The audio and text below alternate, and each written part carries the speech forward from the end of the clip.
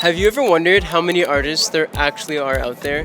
How many who have an incredible story to share, incredible art to share, just haven't necessarily had the platform to share it? Well, as a producer, it's a question I've pondered myself for a really long time, and I made it my goal to start traveling the world to find these artists. Today, I'm going to introduce you to Vero.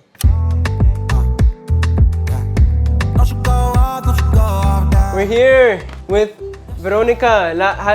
How do you say your artist name again? Vero. Vero, the one and only Vero. She's gonna show me how she writes music, and we're gonna write a song together. Let's see how it goes. And me, I'm Danny, an artist and storyteller behind Dreamchild, a project where I search the world for music, culture, and people who remind us of who we used to be before the world told us who to become.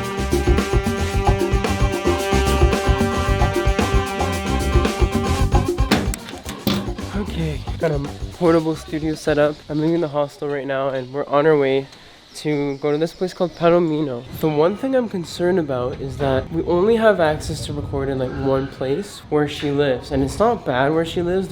You can get good sound out of it, but the problem is there's windows and it looks like it's about to rain. Fingers crossed that we can still make it.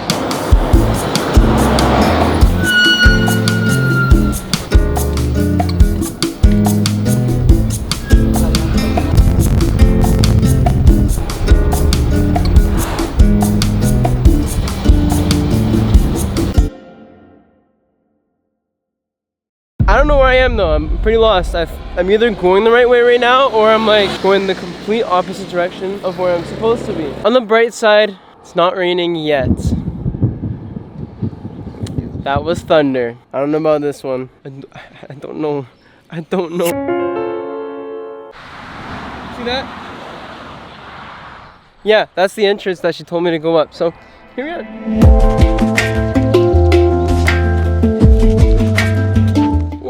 This is pretty cool. We got some beautiful trees. There's some trees there. There's some trees over there.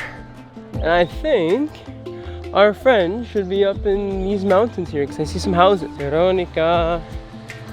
Vero, Vero, Vero, Vero, Vero, Vero. You know, with all these exercises I've been doing with my friend Felipe, which is another video I'll be releasing soon, who lives for like the similar region. I've been doing exercises like almost every day, and yet like it's only been like a minute and I'm so tired. I just want to go to sleep. My lungs can't take this much climbing. Vero! Hola! Hey, so let's go. You're the bomb. How are you? Good. It is raining. Hard. Yeah, it was worse, eh? I was in Palomino and it was like thunders, like. Did you hear the thunder earlier? No. I saw a lightning strike. Oh yeah. Yeah. In the ocean.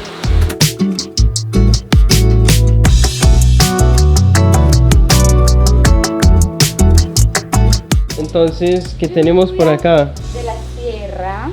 Cacao de la Sierra. I guess I'm used to seeing the cacao in like seed form. But this one is already melt, like how do you say, crushed? Like very. My neighbor was doing cacao. Was making cacao this morning, and I went to see. It was so nice. They use the seed and they put it in this molinillo, and they do it like 8 times. So every time the cacao passes through the thing, it gets more oily. Wow. And then it becomes like butter. It was like falling like that, like Willy Wonka. Yeah. Want to explain to me again, like what does cacao do for the body? So it's good for the heart. It helps the heart. It opens the heart because it's also an accelerator. But it grows it. It's like opening. You kind of feel like high, but like in a kind way, you know, not like but so it opens your heart. It's good for the heart. And earlier you were telling me that you stopped taking coffee and now you just mostly drink cacao. Cacao is a superfood, and coffee is more, it inflates you, like it's inflammatorio. I didn't know that. I mean, it's nice because it's also caffeine, which it feels good in the body. Nice. They were telling me today that they were making cacao. Uh-huh. That yesterday they were eating. And at one point they were like, oh, we are high in cacao.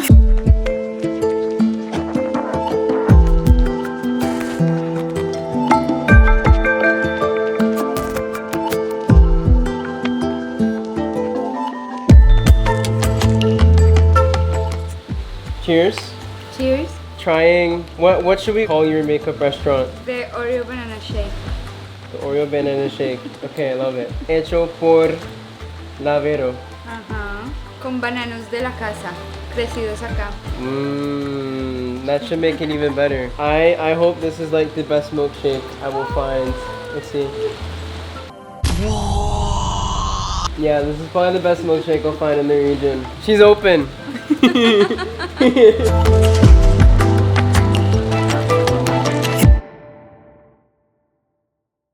We're here with Veronica. How do you say your artist name again? La Vero. La Vero, the one and only La Vero. She's gonna show me how she writes music, and we're gonna write a song together. Let's see how it goes. How do you normally start a song when you go writing? Like, where does it come from? I think I first start with the instrument.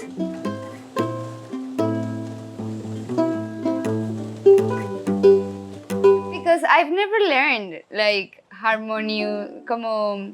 No, you just play intuitively. How do you do it? How do I do what? When you write a song, when you feel a song. When I write a song with somebody, if I'm writing with somebody, I'll be at like the computer and I'll start with like a melody or something or like some chords or like a drum beat, and then we'll start writing it to that. And then the artist, whatever is like on their minds recently, they'll start like singing whatever they're feeling, and then it starts from there. As much as I've dove into the world of spirituality, for whatever reason, I've never been one to believe too much in tarot reading. But I'm also not one to say no to trying new things. Let's do this. Entonces nada, es como que yo hago esto para cuando como un mensaje que quieres como sobre algo. Yeah. ¿Quieres coger una? Yes. Esto se llama Ángeles y Ancestros. So I choose one of these. Boom. La guardiana del aire. Cambia tu percepción. If you're feeling in this moment of your life that you are having a challenge or you're thinking that you need more clarity and direction, there's the possibility that the way you're thinking or the way you're putting your attention is directly related to the reality you're living. Earlier you told me that you're kind of going through, like, you wrote Mucho Más, like the song we originally made a couple years ago.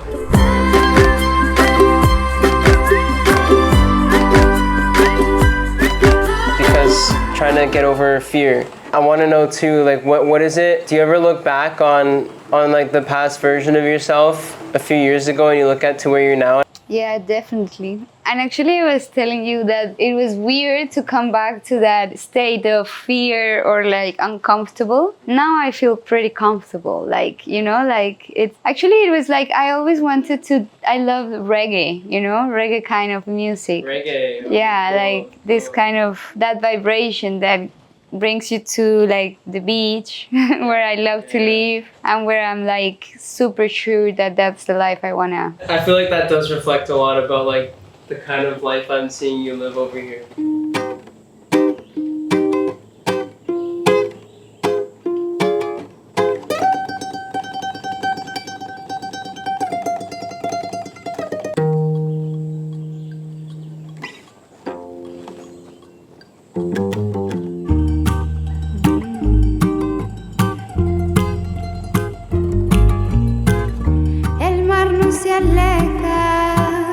Las olas se quejan, qué rica es la lluvia que calma la mar. Ahí viene la lluvia, todos buscan techo o algún refugio para poderla disfrutar. Even if tarot readings aren't your thing, this inspired me to really think. It brought up feelings I had about my relationship and my tendency to avoid its problems.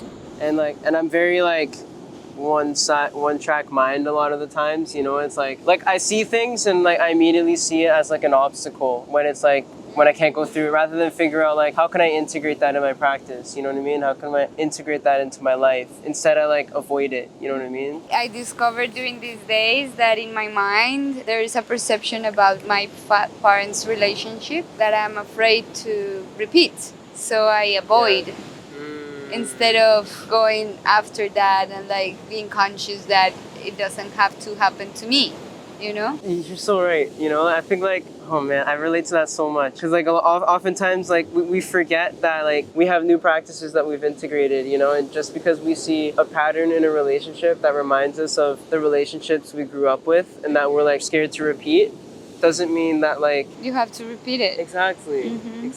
But you only can change it if you are conscious of that, you know? Yeah. Because otherwise it will be just following what you were taught. And you repeat the same reactions, you go through the same cycle. Man, that's so true.